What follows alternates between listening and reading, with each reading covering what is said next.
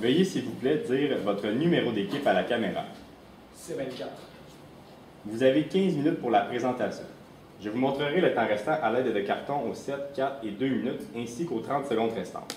Je ferai le décompte des 10 dernières secondes avec mes doigts et j'afficherai mon carton indiquant la fin de votre présentation par la suite. Une période de questions d'une durée de 5 minutes chronométrée suivra.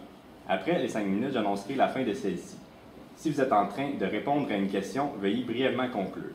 Vous ne devez en aucun temps dévoiler la provenance de votre cégep sous peine de disqualification immédiate. À tous les observateurs, le silence sera demandé tout au long de la présentation et de la période de questions. Si vous désirez applaudir, vous devrez attendre à la fin de la période de questions. Vous ne devez en aucun temps dévoiler la provenance de l'équipe qui présente. Aucune entrée ni sortie de la salle n'est permise durant la présentation ou la période de questions. Veuillez éteindre la sonnerie de vos téléphones. J'inviterai maintenant les juges à se présenter et vous pourrez par la suite débuter votre présentation. Bonjour, Patrick Mascotte, associé chez Solus Fiscalité et Comptabilité et chargé de cours ici à l'UQTR. Bonjour, Brigitte Leroy, responsable de dossier chez FBL. Bonjour, Véronique Blanchet, responsable de dossier chez Malenfant Noël. Bonjour, Catherine Bonadou, responsable de dossier chez Raymond Chabot. Bonjour, Zachary Oxley, professeur de comptabilité financière à l'UQTR. Bonjour, messieurs, mesdames les juges. Je me présente, je m'appelle Arthur Magner, mon équipier William Bourgeois et mon équipier William Dumas. Pour commencer, on aimerait vous dire qu'on est une équipe un peu atypique, en fait, parce qu'on a pris un choix de prendre un cours de comptabilité, même si on est composé de 2 étudiants en comptabilité et d'un étudiant en sciences humaines, parce qu'on croit qu'on peut vraiment avoir une approche qui est différente, qui est un petit peu plus globale, un petit peu plus humaine dans un sens. Puis c'est vraiment là-dessus qu'on décide de faire la présentation. Pour commencer, on va vous présenter les états financiers d'entreprise. Ce qu'on a relevé comme erreur dans les états financiers, les problématiques, ce qu'on pourrait corriger dans le futur. Ensuite, on va vous présenter d'autres problématiques qu'on a relevées dans l'entreprise ou que l'entreprise voulait régler, comme on a vu dans le cas, et les solutions qu'on apporte avec ça, pour finalement conclure avec des recommandations plus générales en lien avec le monde des affaires et la situation à laquelle l'entreprise se situe. Qu'on peut se dire tout de suite dans l'Excel. Dans l'Excel. OK.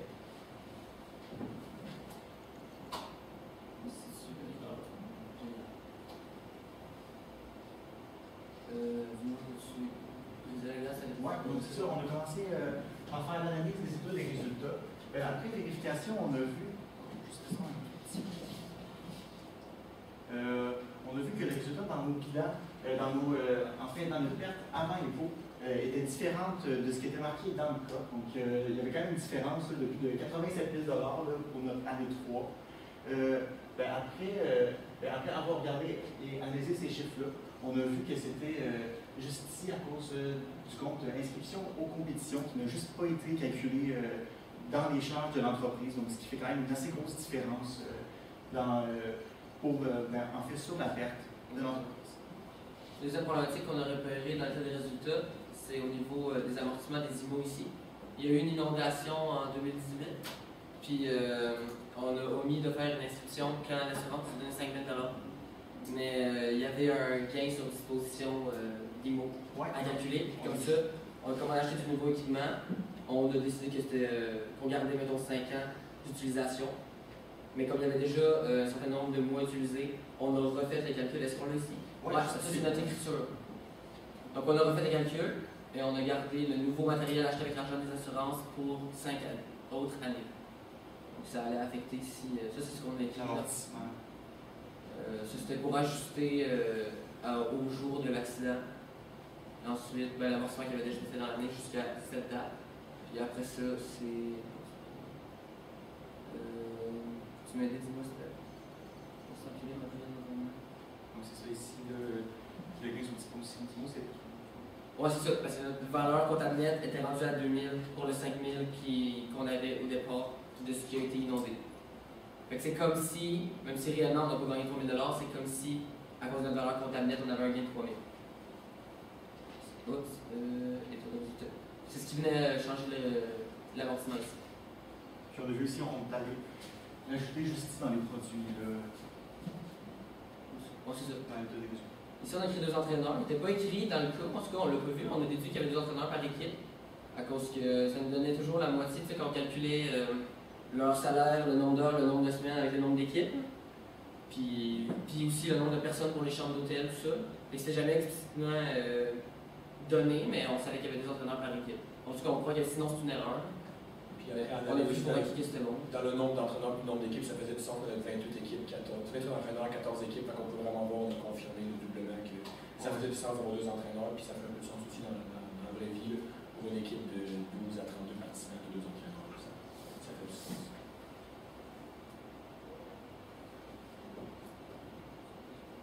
Ensuite, on va vous présenter le bilan qu'on a fait. C'est là que quand les 2 équipes qui ont relevé vraiment une erreur particulière qu'on avait présentée et qui pose problème, on peut dire, dans l'entreprise. Premièrement, on n'a pas trouvé la dette à long terme, elle se situait où dans les actifs. Si elle avait été utilisée, par exemple, on sait que c'était 200 000 au début, 200 000 $, on n'a pas trouvé à se situer où parce que si on additionne tous les IMO ensemble, ça donnait même pas la moitié, ça donnait 75 000. Puis on ne savait pas où se situer parce que comme à cause de l'équation comptable qui est actif égale passif plus capitaux propres, comme on a un gros passif ici de presque 200 000, qu'il était au départ, puis il aurait fallu qu'il apparaisse dans les actifs, puis on n'était pas capable de le situer. Ou bien il est dans un compte en caisse séparé de celui-là, puis la propriétaire elle n'a pas connaissance, ou bien il est à l'intérieur de l'encaisse normale, puis il n'est pas affiché. Ou sinon, ça veut dire qu'il y a un autre actif qui n'est pas affiché. Mais comme on l'a vu tout à l'heure, ils ont oublié 88 000 de frais d'inscription plus tôt dans l'année. Ils n'ont pas noté ça du tout. C'est comme imaginable qu'ils ont oublié de rentrer l'actif quelque part dans leur bilan, là, puis ça expliquerait le débalancement ici, là, exact. que je viens de mettre en route pour bien vous le montrer. Puis aussi, il est possible de voir, William va pour l'expliquer peut-être mieux qu'il y a un ratio d'endettement qui est très très élevé si on regarde les chiffres présentement. Là, ça nous indique aussi qu'il y a un problème à ce niveau-là. Ça a plus de 363%, donc c'est vraiment, Justement, c'est vraiment trop élevé. C'est causé par, dans le fond, l'actif qui n'est pas affiché. C'est un ratio d'endettement aussi élevé, ça va vraiment avoir un impact, mettons, si on doit décider dans comment on fait une expansion, quelque chose, on ne peut pas vraiment travailler avec un 360% de ratio d'endettement, fait que ça c'est vraiment important de décider de. Parce qu'habituellement, on essaie d'être entre 40 et 60. C'est important de vérifier où ce 200 000-là il se trouve dans les actifs pour pouvoir déterminer comment on gère ça. Exact. C'est ce qu'on avait pour répondre à la problématique principale, qui est pourquoi l'encaisse est si basse. Ça peut être parce qu'il y a un autre compte, ça peut être pour les raisons qu'on vient de vous nommer. Sinon, il y avait d'autres problématiques. La propriétaire ne savait pas comment ajuster ses prix. Et on a calculé son seuil de rentabilité. On ne l'a pas dans Excel, malheureusement, mais on a quand même les réponses. Donc, comme elle avait une stratégie ça c'est moins comptable, c'est plus marketing un petit peu, mais on avait une stratégie de prix, peut-être moins coûteux que la compétition. Mais on voulait quand même être rentable parce qu'on voit qu'à date, c'est les 3 premières années, donc on peut pas dire que c'est normal, mais c'est quand même des bonnes pertes, surtout qui sont plus élevées que ce qu'il avait estimé à cause de l'oubli dans les charges. On a fait une analyse financière, on a fait un seuil de rentabilité en faisant une estimation des coûts pour 2020. Ça nous a donné que le coût présent qui était de 1 400 $ pour 45 semaines, c'était pas suffisant pour atteindre la rentabilité. En fait, il y avait une différence d'à peu près 65 000 $. Fait que pour compenser ça, en prenant en compte le nombre d'inscriptions qui va être plus élevé, il faudrait avoir un prix qui se situerait entre 1 600 et 2 000 $. 1 600 serait vraiment un seuil de rentabilité qui serait de 0. Ça serait vraiment là, il n'y aurait pas de profit, mais le compétiteur le plus proche est à 2 000 $ pour 45 semaines. Ça revient à peu près à 35 $ par semaine pour l'entreprise Twist Elite, ça revient à peu près à 44 $ par semaine pour le compétiteur le plus proche. Fait qu'elle a quand même une grosse marge pour pouvoir jouer là-dedans et augmenter ses prix pour ajuster son profit et pouvoir être rentable. Tout ça, puis en même temps en respectant la culture de l'entreprise qui était à la base d'offrir un service qui était moins cher que la compétition. On peut la présenter sous forme d'FFOM de toute façon. Ouais. C'est ça, comme on nous dit, on prenait ça dans FFOM. La force principale de l'entreprise, c'est vraiment les bas prix, c'est vraiment là-dessus que l'entreprise se base. C'est ça sa force. Elle a un prix plus bas que les compétiteurs. C'est vraiment une grosse marge, puis c'est vraiment là-dessus qu'elle essaie d'attirer ses clients avec ça. Son opportunité qui est aussi malheureusement un problème, c'est qu'elle commence à avoir trop de clients pour son espace. Ça, on aime ça, en même temps, ça nous apporte plus de clients. C'est ça. Ça regarde son projet d'expansion dont on va parler tout de suite après. La faiblesse, c'est qu'elle n'avait pas fait d'analyse pour son prix, donc évidemment, elle n'avait pas la meilleure rentabilité possible. Elle n'arrivait pas à son seuil. Et les menaces, ça peut être tous les autres compétiteurs et le fait aussi que sur plein d'expansion, il y en a un qui est un peu loin. Peut-être qu'elle pourrait perdre des clients, ça décide d'aller là à cause justement des familles qui sont avec les jeunes enfants. Puis aussi les taux d'intérêt, il faut comprendre que si elle a une grosse dette, mais si les taux d'intérêt augmentent, je te demande. On sait que tes doigts t'écoutent un peu. on sait bien que c'est erroné, mais si tu as 300% de ratio d'endettement, tes taux d'intérêt, c'est un danger pour toi. Si ça augmente, tu peux rien faire. Comme on disait tout à l'heure, il y a de plus en plus de clients, il va falloir qu'elle fasse une expansion parce qu'elle va avoir 60 à 80 nouveaux clients par année sur 5 ans. Les locaux ne fonctionnent plus, ne peuvent plus permettre de gérer autant de monde. Il y a 3 projets différents qui peuvent être choisis. Il y a, comme dans le cas, il y a la location d'un deuxième local un peu plus loin, l'expansion dans le local juste à côté ou l'achat directement d'un bâtiment. Le bâtiment semble l'option la moins chère sur 5 ans. Ça va à peu près à 630 000 sur 5 ans sur votre compte, mais il faut comprendre que c'est à une demi-heure de l'emplacement présent. Fait que là, si on a une clientèle qui c'est des jeunes enfants, c'est des parents qui se déplacent, ben là, c'est pas optimal. Et à ce moment-là, on ne peut pas risquer de perdre la clientèle si elle s'endette pour faire un peu d'expansion. Et c'est pour ça qu'on l'a mis dans les menaces. C'est ça. C'est pour ça qu'on recommanderait la deuxième option. La deuxième option qui est vraiment la location d'un local un peu plus loin. Ça reste à 15 minutes de route, c'est moins pire. C'est un coût qui est équivalent approximativement à l'achat du bâtiment. Qui t'appelle plus cher sur 5 ans. Exact. Mais c'est absolument pas comparable à la rénovation et à l'expansion du bâtiment qui revient quasiment à $1 million sur 5 ans. Puis même si son taux d'endettement n'est pas à 300%, c'est vraiment pas quelque chose qui est viable. Dans cette situation, il faudrait qu'elle attende d'être plus rentable. Puis là, à ce moment-là, avoir plus de capacité d'emprunt.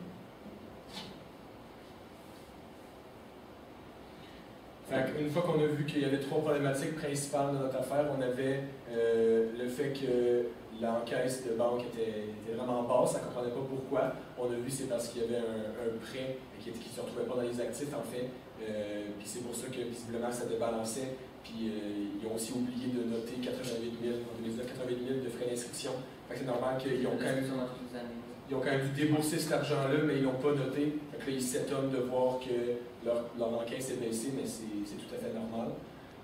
Ensuite, on a pu voir que dans le projet d'expansion, il faudrait qu'elle choisisse quelque chose.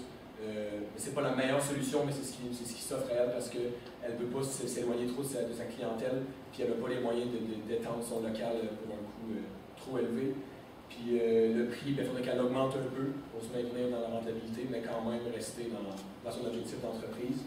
Puis des recommandations qu'on aurait qui seraient plus larges un peu, ce serait vraiment d'investir, admettons, dans les réseaux sociaux, dans le marketing de son entreprise, parce qu'on voit qu'il y a beaucoup de compétiteurs dans la région quand même, qui offrent quand même des prix qui sont un peu plus élevés, mais quand même il y a 4 ou 5 compétiteurs. Il faut vraiment essayer de se démarquer non seulement avec les prix, mais aussi, admettons, essayer de faire des vidéos marketing sur les compétitions, parce qu'ils font plus de compétitions que certaines entreprises. Vraiment mettre l'emphase sur le fait qu'ils font des compétitions, que c'est pas cher, qu'ils ont des nouveaux locaux. Vraiment essayer de donner une image de marque qui est plus intéressante. Puis ensuite aussi, engager un comptable peut-être aussi pour gérer son argent, parce que là, on voit vraiment qu'il y a des erreurs graves au niveau de la comptabilité, que ça ne peut pas marcher avec 88 000 qui disparaissent là, sur un an, c'est pas quelque chose qui... Ouais. Puis l'effet des manipulations marketing, justement, c'est souvent quand on parle de marketing, c'est pour aller chercher un plus grand bassin de consommateurs. Ici, on a déjà trop de clients, ça serait plus pour justifier l'augmentation des prix qui doit être faite. Puis elle doit se situer entre 1600, précisément c'était 1612 pour avoir le seuil de rentabilité, on veut au moins à ça. Puis on veut aussi, on préférait monter le plus possible vers le 2000 pour se rapprocher de notre compétiteur le plus proche, pour être capable d'avoir amené une certaine rentabilité. Les pertes des années antérieures. En conclusion, on espère qu'on a présenté quelque chose d'efficace, même si nos bilans, il y avait une erreur qui était marquante, mais on espère que notre solution vont vous aider. Exactement. J'ai une question. C'est quoi les poissons comptables? Actif égal asset plus capital. Au niveau du prix, là, le 1612 que vous y allez, donc la recommandation, juste pour être clair, c'est d'y aller avec le 1612. Ça serait d'être au-dessus parce qu'on ne veut pas juste avoir un bénéfice de zéro. Là. Donc, c'est quoi la recommandation? C'est on pourrait aller en plein milieu du 2000 et du 1612. Donc, 1800 $, puis de cette façon-là, notre chemin vers les liquidités, on va être correct. Bon, on imagine que ça va faire en sorte que les ventes vont être plus importantes que toutes les charges. On va finir par renflouer l'encaisse si on veut pas. Ouais. Puis la recommandation au niveau de la bâtisse, là, vous y allez au niveau de la. On déménage. Là. Déménager, c'était le moins cher. C'était moins cher, mais c'était pas faisable parce que c'était une demi-heure de route. Fait qu'on a proposé de louer un deuxième local qui était sur 15 minutes. Puis ça se situe après dans le même prix sur 5 ans. Et donc, puis comment on comptabilise ça? Là, donc, ça va nous coûter 360 000, 350 000. Comment on fait pour comptabiliser ça au livre? Les améliorations locales qu'on voulait faire, le fait qu'on va louer. 350 000 d'amélioration. Donc, on peut louer le deuxième local, il n'y a pas de rénovation de 350 000, c'est dans le local. C'était l'option après ce que C'est l'option qu'on éteint. Si on prend le local à côté. 25 000 $. 25 000 $. Dans le deuxième local. Fait que les rénovations, de quelle façon on les comptabilise, puis le loyer aussi de quelle Ce façon? serait une amélioration locative. C'est un actif Sur ou dans une la- charge, ça? Ben, tu vas l'amortir, fait que ça va être les deux. Là. Mais tu vas faire un numéro, puis ensuite tu vas faire ta charge d'amortissement. Tu la mets toute avant que ça commence. Là. Elle va tout être au début, là. Avant que tu puisses utiliser. Quand les parents ils viennent signer le contrat pour l'année, comme quoi ils vont débourser 150 $ par mois pendant toute l'année pour les services de cheerleading, est-ce que je peux comptabiliser tout de suite, moi, en produits, ce que je vais encaisser pendant l'année? Non.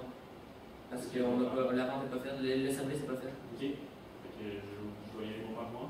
Ça m'a rappelé, je sais pas, j'ai peut-être pas.